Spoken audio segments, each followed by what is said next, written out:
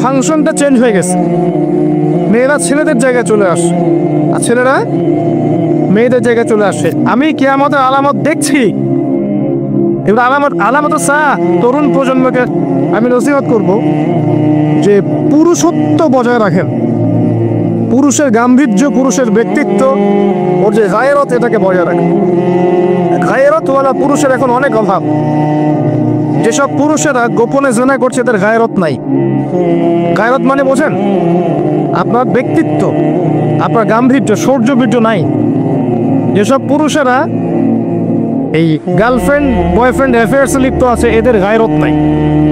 যারা clean shift করে ঘুরছে এদের গায়রত নাই। যারা বিয়ে করছে যৌতুক নিচ্ছে এদের কোনো গায়রত নাই।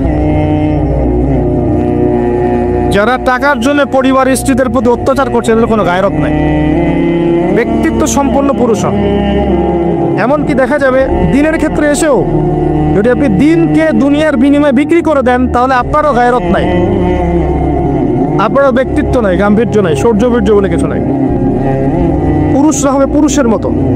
একটু সাহাবীদের জীবনীগুলো পড়বেন, একটু নবী সাল্লাল্লাহু আলাইহি ওয়াসাল্লামের জীবনীটা পড়বেন, স্পেশালি চার খলিফার জীবনীগুলো পড়বেন, ইসলামের ইতিহাসগুলো পড়ে দেখবেন পুরুষদের ফাংশন কি ছিল সমাজের মধ্যে। তারা কিভাবে শৌর্যবীর্যের সাথে এই পুরো সমাজটাকে এগিয়ে নিয়ে গিয়েছিল।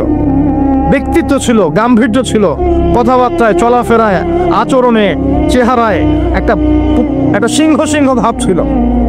এখন আপনি খেয়াল করে দেখেন যে এই তরুণ প্রজন্মের দিকে দেখেন, অ্যাটিটিউডগুলো দেখেন, চেহারা, কথাবার্তা, behaviour, dress up, get up, চলাফেরা, ব্যক্তিত্ব, রুচি সব দেখবেন মেলি মেলি।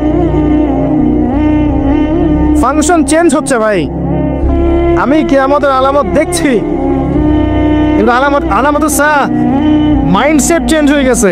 দেখবেন ফেসবুকে বসে ঝগড়ার পর ঝগড়া করছে ঘন্টার পর ঘন্টা ধরে ছেলেরা, অথচ এটা পুরুষের স্বভাব নয়। কিন্তু পুরুষের স্বভাব কি জানেন? তর্কাতর্কি লাগছে, সরাসরি মারামারি হবে, ব্যাপারটা এমন না। এটা পুরুষের স্বভাব ছিল যে কোনো কারণে তর্কাতর্কি লেগে গেছে তো নিয়ে দুই মুখোমুখি। এটা পুরুষের স্বভাব ছিল ন্যাচারালি, আগে এটাই হয়ে আসছে আর কি। এখন দেখবেন এটা নাই। এই যে কিবোর্ডে ঝগড়া করছে, চুল ছেঁড়া ঝগড়া, মানে ছোট ছোট বিষয়গুলোকে নিয়ে এমন ঝগড়া, বাপ মা বংশ নিয়ে গালি দিয়ে শেষ, একদম মেলি স্বভাব। আর মেয়েদেরকে দেখেন, গলার ভয়েস দেখেন ছেলেদের মতো।